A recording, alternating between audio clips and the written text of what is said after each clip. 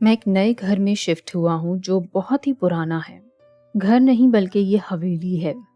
मैंने इस जगह के बारे में जब रिसर्च की तो पता लगा कि ये 1848 में बनाया गया था। ये सच में बहुत बड़ा है। 6000 स्क्वायर फीट पर 3 मंजिला और तहखाने के लिए एक बेसमेंट। ये न्यू इंग्लैंड की एक पुरानी हवेली है।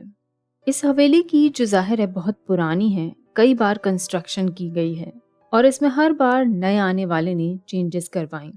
इतनी बार कंस्ट्रक्शन हुई कि इसको एक अजीब शक्ल में बना दिया गया है। बेसमेंट की तरफ से 2 सीढ़ियां जाती हैं, एक ऊपर मंजिल की तरफ जाती है। दरवाजों से बंद दीवारें, कमरों की दीवारों के दरमियान काफी जगह है। यानी अगर पुरानी हवेलियां देखी हों आपने तो काफी हॉन्टेड सी लगती हैं, और ये बिल्कुल वैसी ही लग रही थी। इस बड़ी सी हवेली में मैंने कुछ दिन अपने दोस्त के एहसान के तौर पर रहने के लिए गुजारे। तो यहाँ की पहली रात थी मेरी, जो अजीब मेजफुल डोर्स और स्टेयर्स के बीच में गुजरी।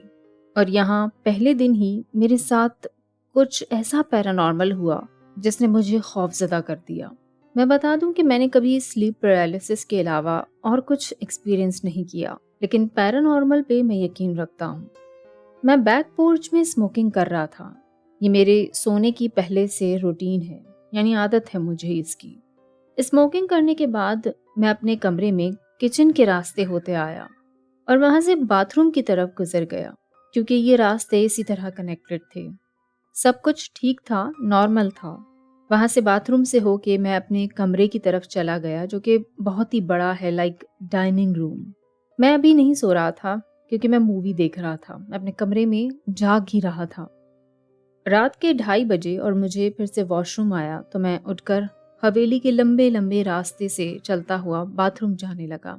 याद है, बाथरूम का रास्ता किचन से होता हुआ जाता है। तो जैसे ही मैंने किचन की तरफ टर्न लिया, मैंने लाइट्स ऑन की और मैं एकदम से दंग रह गया।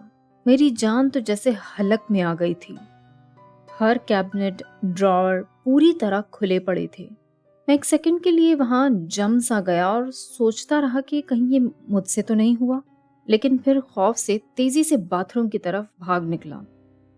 वहां देखा कि वहां भी हर चीज, कैबिनेट्स, ड्रॉअर, वैनिटी मिरर्स सब खुले पड़े थे।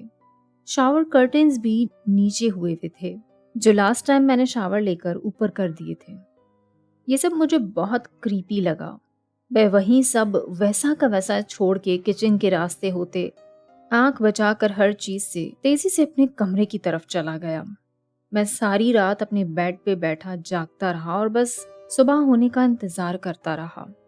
रात भर जब मैं सुबह होने का इंतजार कर रहा था तो मुझे मेरे कमरे में हवेली के हर कोने से अजीब अजीब आवाजें आ रही थीं। बाथरूम में जग सिंक में गिरा हो जैसे और घूम रहा हो। अजीब बेसमेंट से भी आवाजें आईं, जैसे कोई लोहे की बड़ी रॉड फर्श पर घसीट रहा हो। सामान के इधर उधर घसीटने की भी आवाजें आती रहीं। और जाहिर है कि ये सुबह होते ही सब बंद हो गया, लेकिन मुझे किचन से कोई भी आवाज नहीं आई। मैंने अपने दोस्त से इस हवेली के बारे में पूछा तो उसने बताया कि साल के शुरू में इस हवेली को सील कर दिया गया था। उसने बताया कि कई सालों में यहाँ बहुत सारी मौतें भी हुई थी, और यह हवेली जिस सदी की है उसे देखकर कौन ये कह सकता है कि यहाँ क्या कुछ हुआ होगा।